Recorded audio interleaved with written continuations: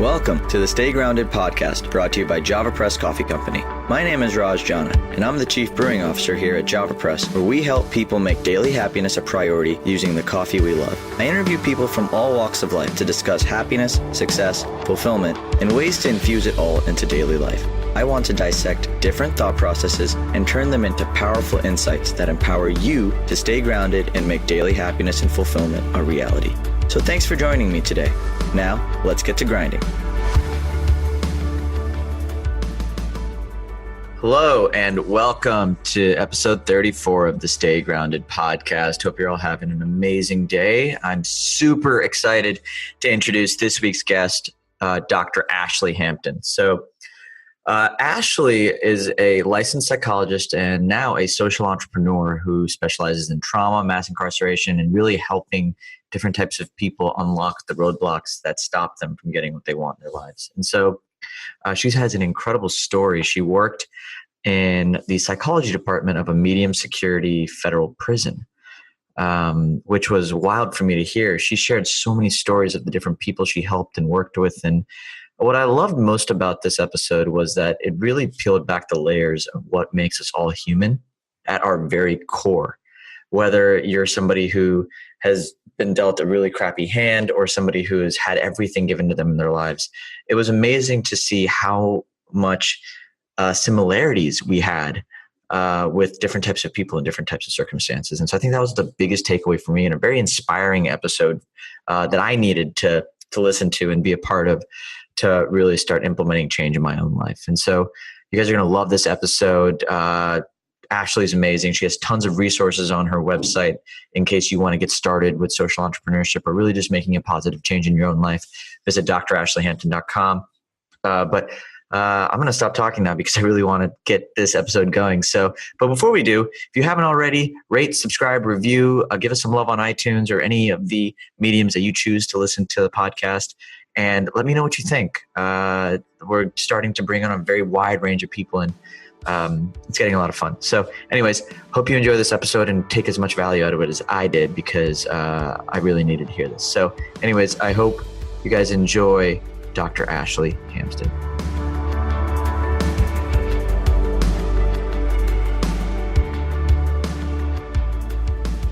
Hello, everybody, and welcome to another episode of the Stay Grounded podcast. Oh, Ashley. Ashley. I'm so excited to be here. Ashley, I'm beyond pumped to have you here. I'm obviously a fan of you as a human being, and I can't wait to just share your brilliance with our audience and to show everything you're working on, because you do some pretty important work in the world. So firstly, thank you for all the work you do. Oh, thank you. I appreciate that. I'm totally a fan of yours as well, and of this podcast. All right. Well, great. So we're going to have a lot of fun together. So I want to start off. So I already shot, obviously in the intro, I explained who you are and what you're up to. But so I want to dive right in, if that's all right with you. Let's do it. Okay. So tell me about your experience working in the prison and why that experience has inspired you to take on this role in this chapter of your life. So I have this twisted entrepreneurial journey. I've always kind of had a side hustle, and my side hustle was usually like much more fun than my job. So I never really fell in love with any of my work until I went to graduate school and had to do an internship, and I found a spot at the prison, and I loved it. It worked for me. It was structured, but it was also something completely different every day. So I went from internship there. After graduation, I worked at a secure mental hospital for a little while, and then went back to the federal prison system. And this sounds really weird when I tell people, they give me very strange looks, but it felt kind of like home. I felt like I was making a difference.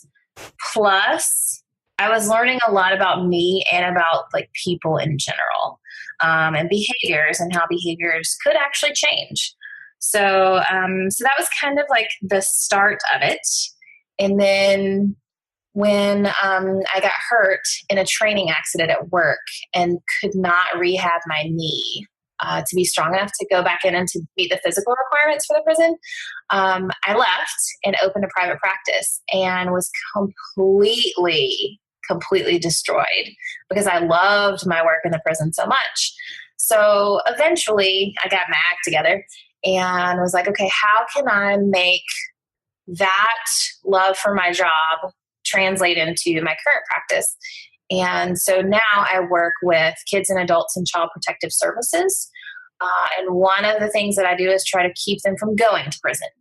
So try to keep them in school, what resources they need to get into some better neighborhoods or, employment to take some of the time off their hands if they're not making great choices as a teenager.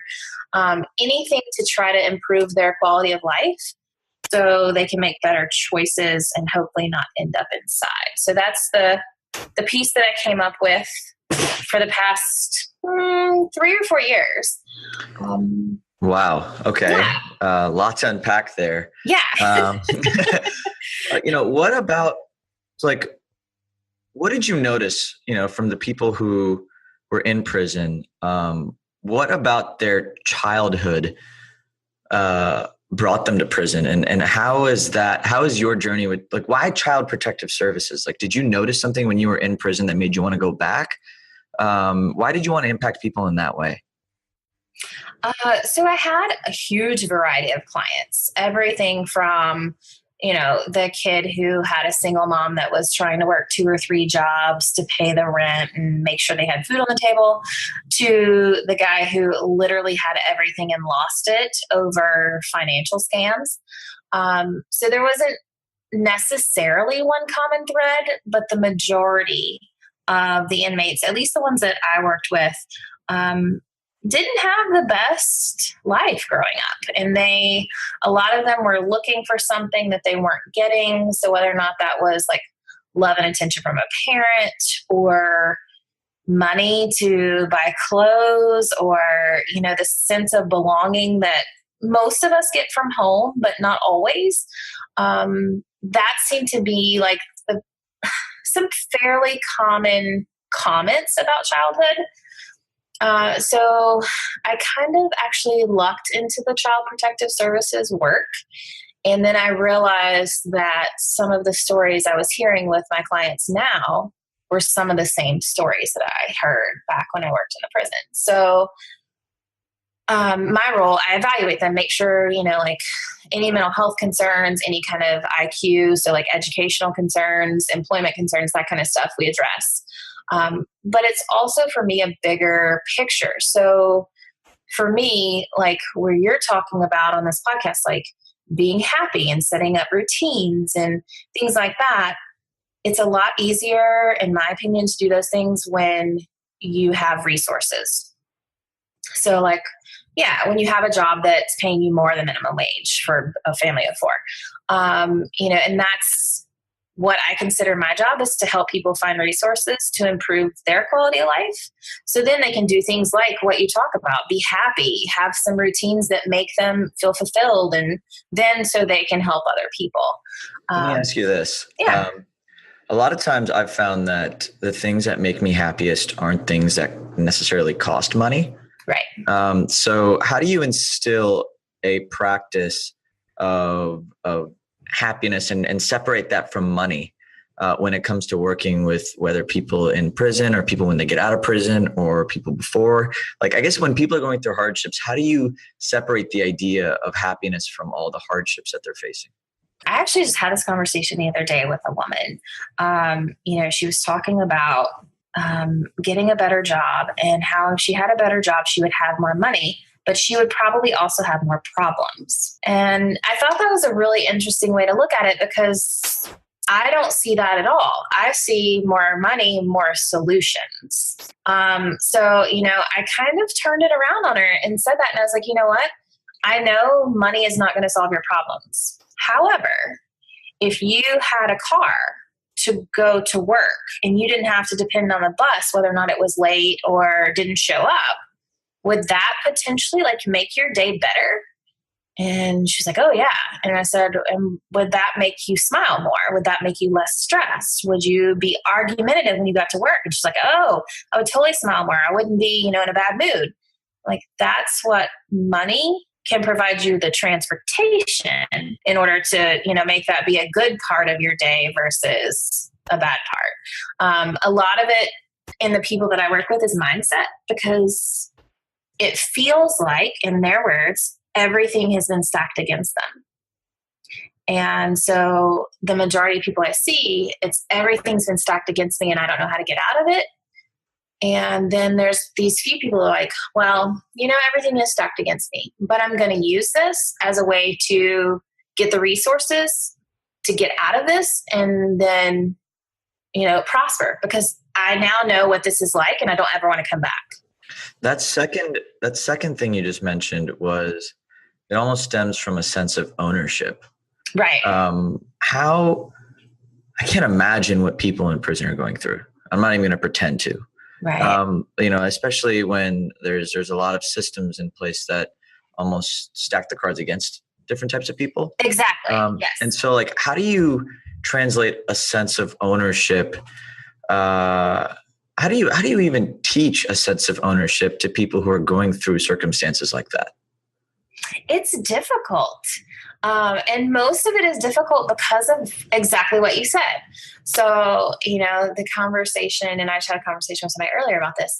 It's like, well, I'm a felon. When I get out, I can't get housing. I'm not going to get a job because nobody's going to want to hire me. I'm not going to have any money, and it's just easier for me to go back to dealing drugs, for example. And I'm like, yeah, you can totally do that. And my comment was often, I'll leave the light on for you because you're coming right back. Or we can look at this a totally different way, and we can start ground zero, and we can look at creating you a plan.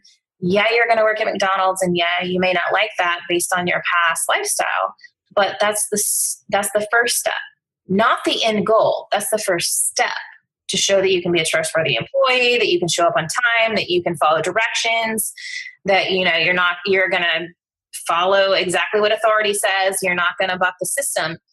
That then becomes the step to the next job, which becomes the step to the next job. I never wanted people to settle for something they were happy with, but instead use that as a building block in order to obtain what they want, which in my viewpoint is how you get to your goal. Like, you start small and you move forward and you make those steps along the way. And yeah, you do some things that aren't, as fun as others, but you have to start somewhere. And so that becomes the issue. What are some of the first habits that you try to instill in people who want to make a positive change in their life? Or maybe they don't realize they can make a positive change in life. What are the first habits you sort of introduce? The first thing I used to try to teach was to think before you speak. And that sounds really simple. But if you look back, and I'm not saying drug dealing is the best entrepreneurial skill. However, drug dealers are entrepreneurs. They're not legal entrepreneurs, but they are entrepreneurs in their own right. And they're used to running, quote unquote, their company. Well, you can't do that the same way if you're going to try to have a business. Like, you have to listen to people. You have to respond in a positive manner. If you're working for someone else, you have to do what they're telling you to do, even if you don't agree with it. And so that minor shift in, like, I just want you to pause 3 seconds after I ask you to do something, think, and then respond, was a skill that many, many, many people I worked with did not have. So it was, I want you to go do this for homework, and then I want you to come back. But there was no even pause, and I didn't get my last syllable out before they were telling me how they couldn't do something. I'm like, no, you got to stop. You need to listen to what I said, actually hear it, and then process and come back to me with your response. Not just to me, it's like that teenager gut reaction of like, I want you to go do the dishes. No, I'm not doing the dishes. I don't want to right now. I'll do it later. you didn't even think about that. You know, like you got to think first. I think that I think everybody has an element of that. Yes. I think that's why I love asking these. I love what you're sharing, because it really draws almost a connection between no matter where you are in your life and people who you may seem you have nothing in common with, but really we're all the same people. Right. Like, it's like this idea that, I mean, I think about it like there are things that I'm just so stubborn on. Like I'm just this is how I am. This is how it's always been. I just don't care. And a lot of people have these lenses on, but when you really ask them to take a step back and look at it, you're right. It's just an idea that we are speaking before we think. And that's such a powerful statement. I'm so grateful you brought that up, because it really does shed light. At least for me, I feel more connected to people that I probably would really not have the opportunity to feel as connected to. Thanks. Yeah. Well, I mean, it's really, I think that's part of why, I say the prison system felt like home. And I've tried to explain it to people because they're really put off when I say that. And I understand, because the societal expectations is, that prison is a really hard place, and it is in many respects. However, the people in there are human and they have a story. And my whole job as a psychologist is to listen to people's stories. That's what I love the most. And so if you listen to people's stories and you really listen, and then you think, like, how does this connect to me? It's really shocking how a story, somebody that like went to graduate school, have a PhD, I, have had all this success and all this failure and still have come out to what I really love. Like I love my life now. And I had some of the exact same experiences as some of these men that I had on my caseload in prison. Like we had some of the exact same experiences, but I'm out here and they're in prison because of some choices. And sometimes it was just one choice and that was it. Give me an example of somebody who shared a story that changed your life. Oh, wow. That is such a really, really good question. There's so many. Okay. So one of the ones that, really had an impact on me, kind of like getting into the system. A friend of mine, when I was growing up, his father, which did not raise him because he had been in and out of jail, his father was on death row. And I mean, in the South, you're taught like people go to prison because they make bad choices and they do things that are against the law. And when it's really bad, they get the death penalty. And they deserve it because they did something really bad. And we have the death penalty because it deters crime, and then people won't do those really bad actions, usually murder, if we have the death penalty. Okay, so like that's the purveying idea. Okay, that makes sense. Yeah, of course, yeah. Yeah, I mean, like that's what you grow up thinking. Like this is one way to deter crime. This is one way to make sure our prisons don't have all these people, because people aren't going to kill people if they know they have to have the death penalty. Except that's not really true. So I know, right? It was a really big shock when I found that out. But so we were in college, like maybe first or second year in college when his dad was executed. And I remember thinking, I never knew his dad, never knew anything about his dad. But I remember thinking that as much as the person that was harmed in that crime, as much as their family was harmed, I'm sitting here with my friend who just lost his dad, who he never really knew because he'd been in prison his entire life. So like it was more than the family that was harmed by the death and the murder of the individual initially. Like the scope of who was harmed was much, much greater than that. And I never really thought about that. And so that kind of hit me sideways in college. And that started kind of my interest in the criminal justice system back then. So fast forward like 15 years. And when I was working on internship I got involved with a professional organization that was doing some research on the death penalty. And one of the big questions was, does it deter crime? And the job was of me and my team was to go through like all of this research spanning, like when they first started the death penalty, like as much as you could get, and put together this literature review and determine whether or not the death penalty actually deterred crime. It does not. Statistically, there is nothing to support that the death penalty actually deters major crime. And so from what that do you point, think does? Quality of life. I really think quality of life in the very, very beginning is what deters it.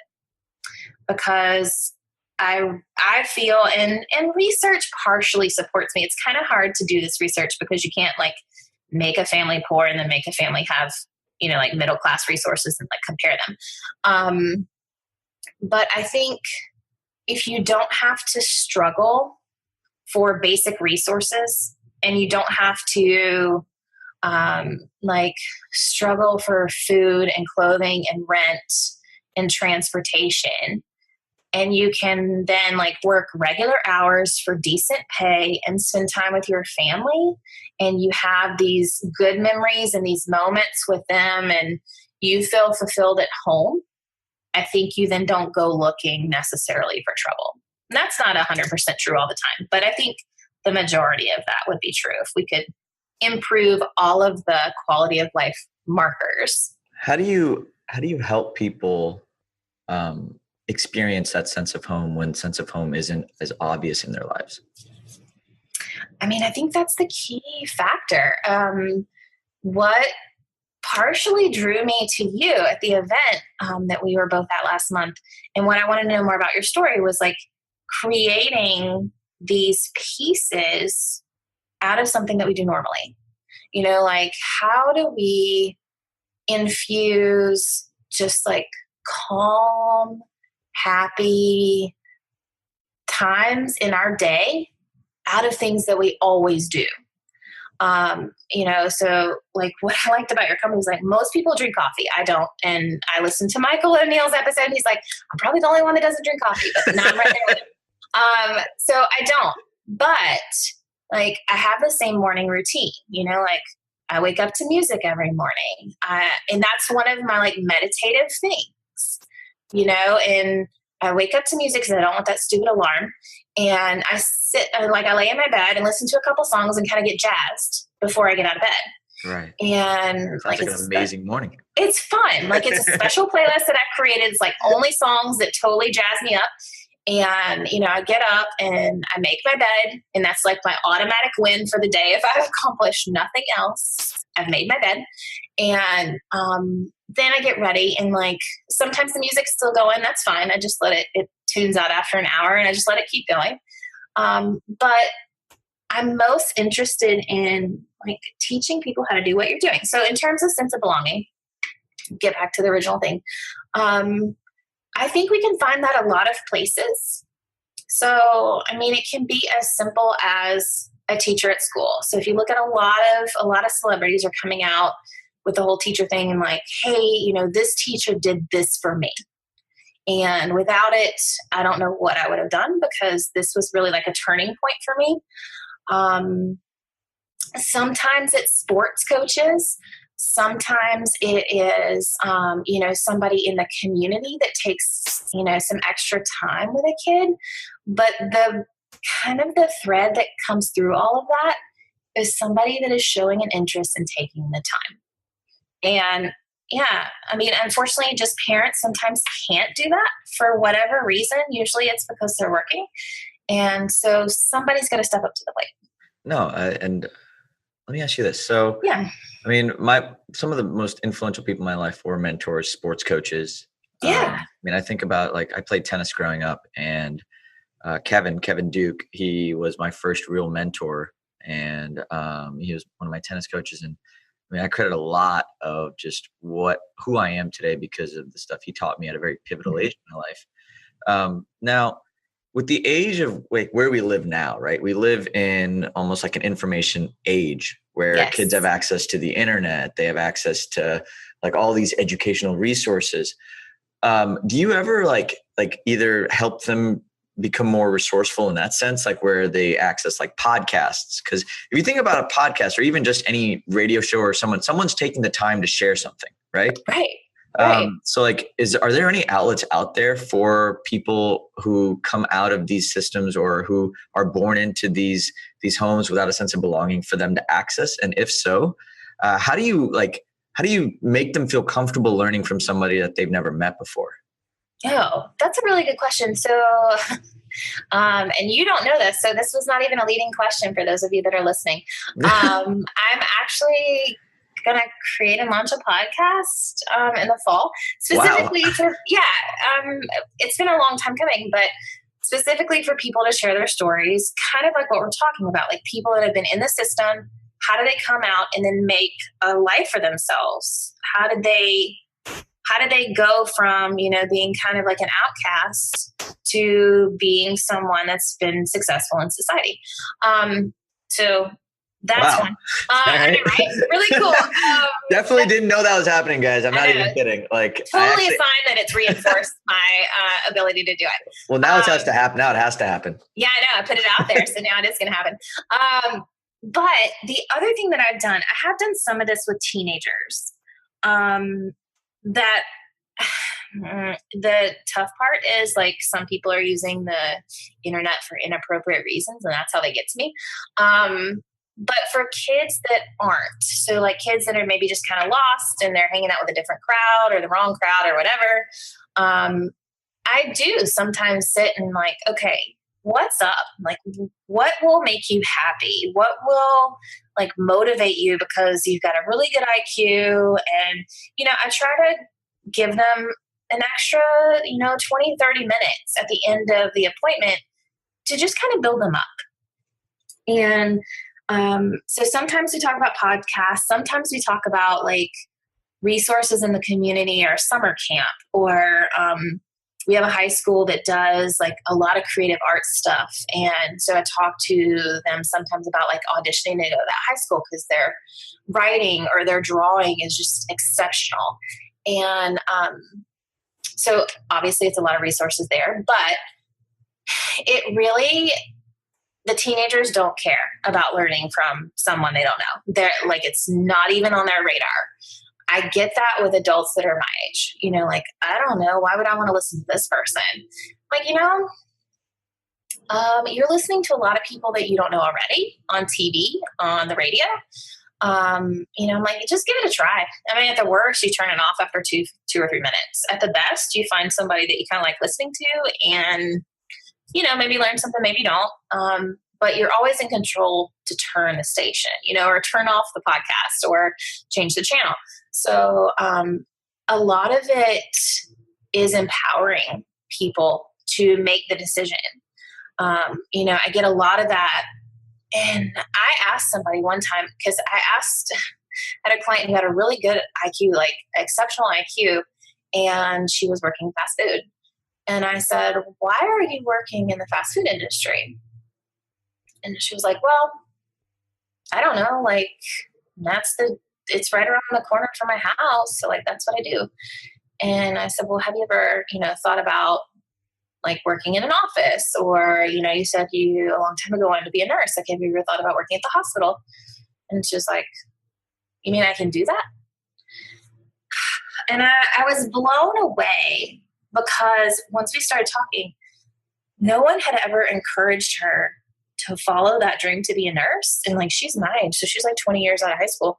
And she just didn't have the people in her life that encouraged her to go further. And so she was like, I don't even know why you're telling me this. And I said, because you can do it. And it would provide a better life for you and your kids. Like, you talked about wanting to go to Disney World. Like, you could save up and go to Disney World pretty easy if you made much more money an hour. And she's like, oh, I didn't think about that. It's just education and a little bit of somebody giving a shit, like. You are awesome. And that story right there just made me feel almost like a sense of and everybody has a sense of responsibility. Right. Because if you were born into being nice to people, that right there. Oh, yes. Can change someone's life. Being like, or even just being nice to yourself. That's what this podcast really is about, like self-care and taking care of yourself. But like ultimately the better, like the more you encourage, inspire, spread positivity, niceness, whatever you want to call it, the more people get impacted. And you might not actually feel the ripples immediately.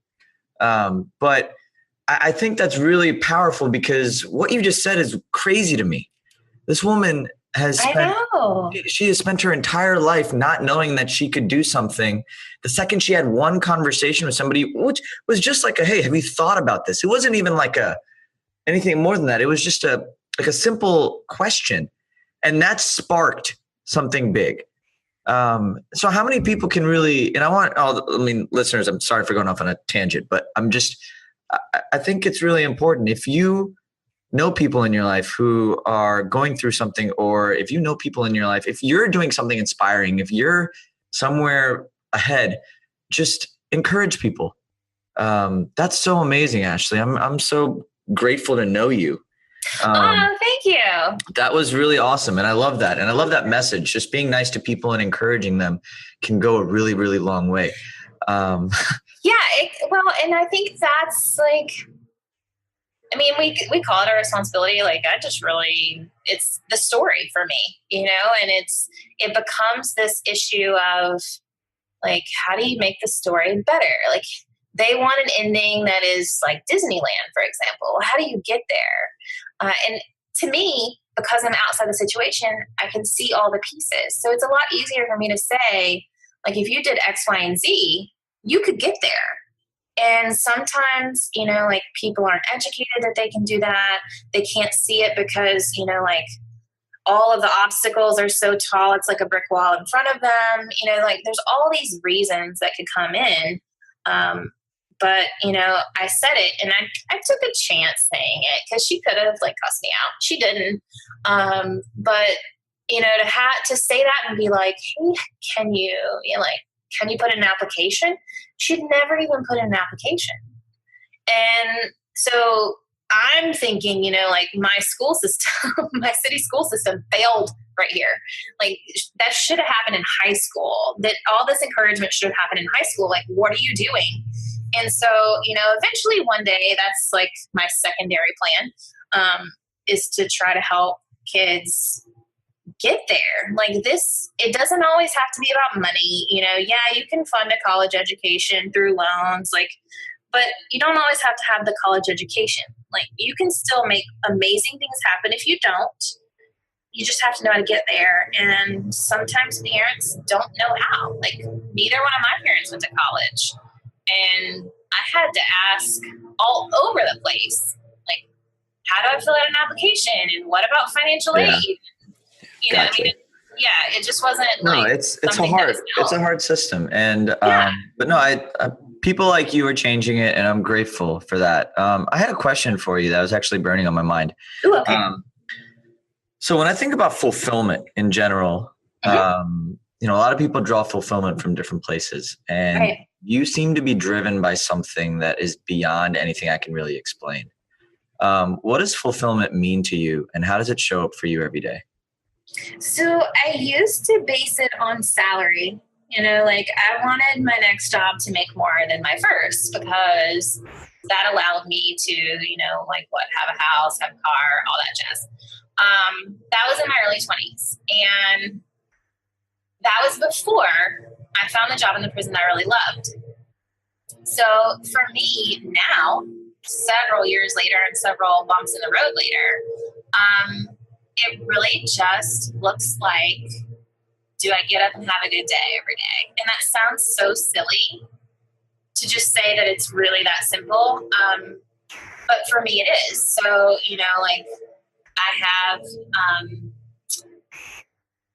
I have clients scheduled on some days.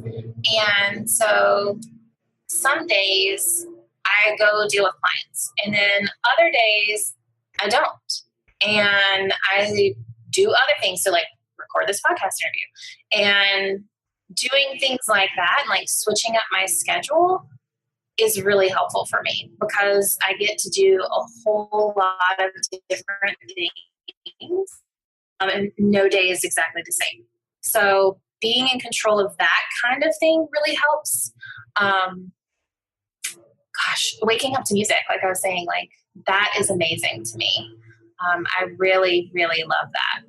Just simple things. Let me ask you. So like, how does your, when I say fulfillment, I want to go deeper. Okay. I think that you're driven. I mean, what I've noticed about you is you're driven by something that can't be explained. Like you want to help these people, and you want to help people in a way that I really, it's pretty empowering and inspiring. Why do you want to help people? And why do you feel like that makes you feel so good? Wow, you really did mean deeper, didn't you?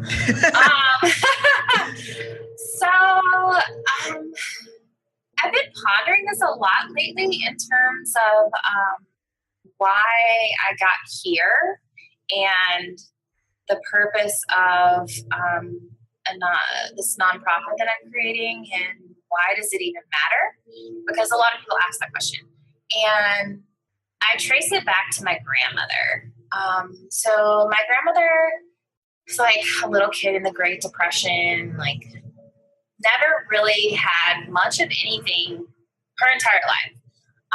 She sold shoes. She worked for a very, very long time and like past when she could retire because that's what she liked. And she was just like this really solid working person that took care of my dad and my aunt without a man, which, back then was like, you didn't do that, like that was so scandalous.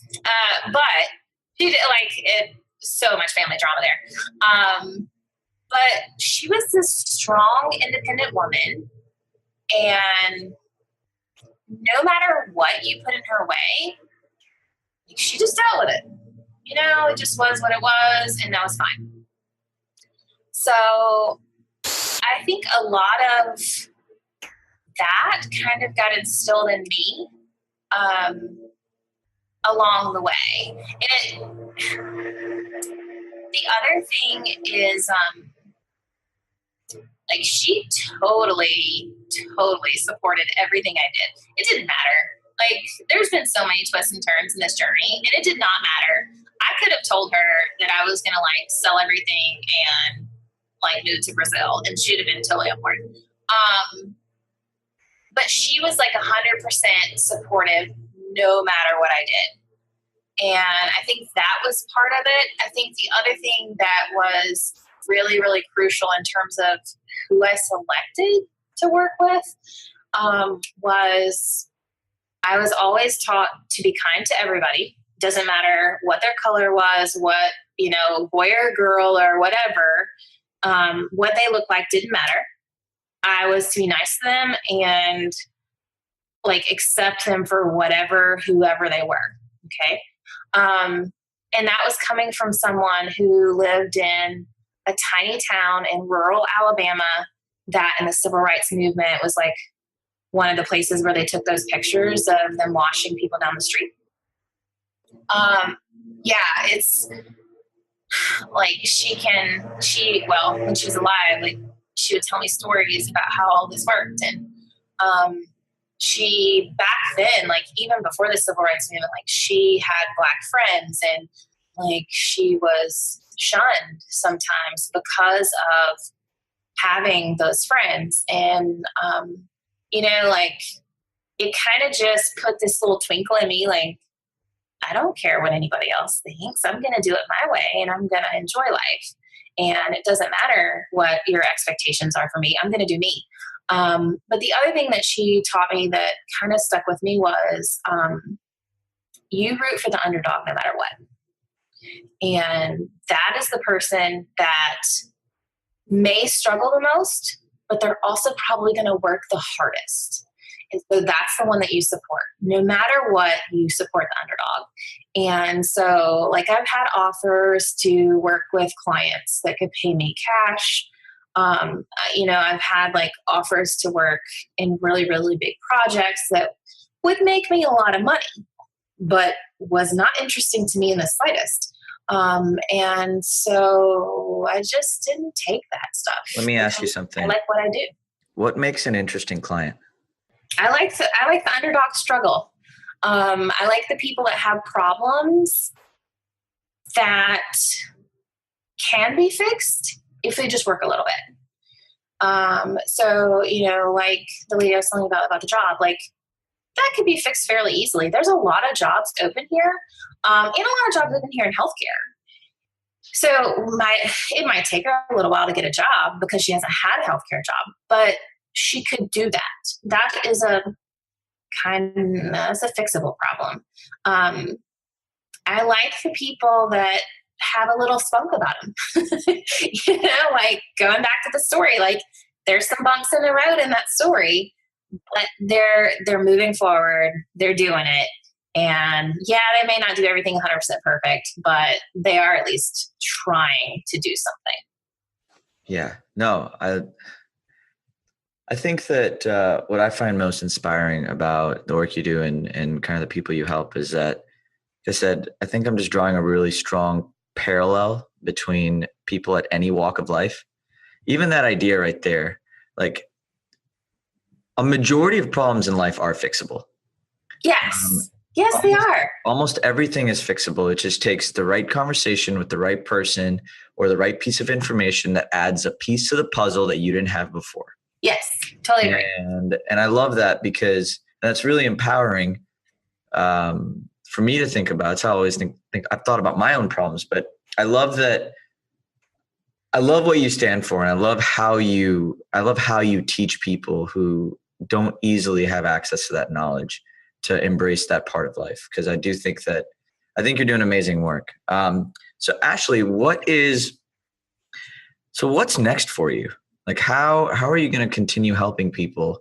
And how can I guess I want to ask a bigger question really. How like people who are listening to this podcast or like myself, like how can we do our part when we're not in a position like you? Like how can we do our part to just be better people and open our minds a little more, or just make an impact, even if it's a small impact? How can we be a part of the solution?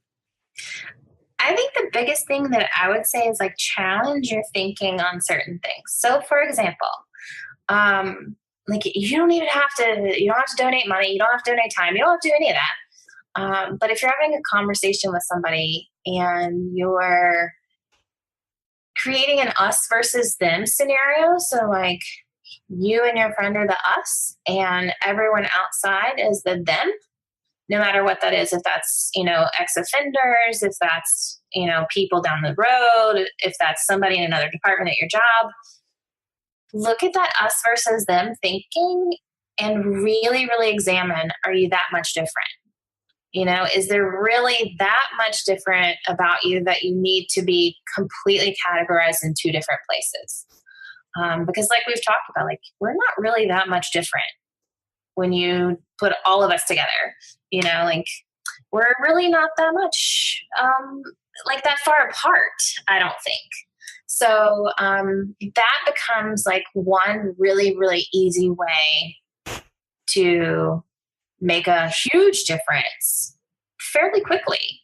It takes a little while to kind of like run all of that out of your vocabulary. But once you start paying attention to it, you'll hear yourself say something and you'll be like, oh, no, I don't really believe that. That's just what I've said because that's what I've heard. So then you start changing your language and you then make a much bigger impact on the people that you talk to every day. And that effect ripples.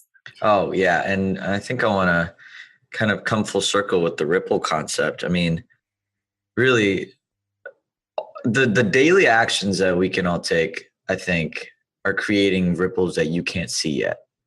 I totally agree. And so even just, like I said, being nice or saying thank you, or, I mean, there's just so many little ways to just show up in life that I think create these positive ripples that somehow, somewhere, like just go out And it creates, and the more people do it, the bigger these ripples are. I think that concept is something that everybody has the power to do. And I think that's what I love about life in general. I mean, if you want to make a decision to change today, all it takes is reframing the mindset and really doing what you just said, which is noticing and seeing that we are all in this together. Yeah, it can be really very, very simple. And the best part, I think, is it costs you nothing and you're not putting out any time. So it's not taking away from anything you already do. It's just a simple mindset shift and language change. And that compounds. Yeah, exactly. The impact of that is huge. And most people think they have to either give of their time or their money in order to make that large of an impact. And you don't. Nope. I love this. This is like my jam. I know, I'm having so much fun. No, this is amazing. Ashley, you are such a rock star. If people wanted to, if anybody listening here wanted to get involved with what you're doing, learn more from you, and just infuse more Ashley into their lives, how do they do that? Oh, just contact me. I would love to hear your story, obviously, because I'm a lover of stories. Don't be afraid to contact me on social media. Send me an email, Dr. Ashley, DRASHLEY at drashleyhampton.com. Reach out any kind of way that you have, LinkedIn, Twitter, Facebook, Instagram, I'm on it all.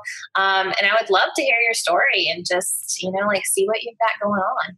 I love it. Ashley, I have one last question for you. Okay. That I love to ask my guests because the answers are always wildly surprising to me. In the midst of everything you're going through, how far you've come, who you help, and just where you are in your life, how do you stay grounded? Oh, this is such a hard question. Save the bazooka for last. I know, right? I think there's a lot of pieces to this question. And to me, I think it's deeper than just one answer. So I'll give you a couple. So for me, the music part first thing in the morning is crucial. But I also blare the music every time I'm in the car. And I'm one of those annoying sing at the top of my lungs person in the car, but I will totally leave my windows rolled up so you don't have to hear it. So music is big. Writing is big for me. And now my work is really, really big because as an entrepreneur, sometimes we just kind of get wrapped up in business and things that are super logical, and it's one step to the next step to the next step, and you just finish your task and move on to the next one. And that's great, and it makes for great business, but sometimes I get kind of pulled away from that emotional connection of people. And so my work provides that. So I have this really nice balance now of being connected to people and also doing the business side, which I love. And I think finally, after all of these years and twists and turns and ups and downs, I finally found a balance that works. And so putting all of the pieces together, I can't do just one. And I've been accused of having too many things I'm interested in, and it's totally true, but not I can't focus on just one thing and that worked for me. I have to have a multitude.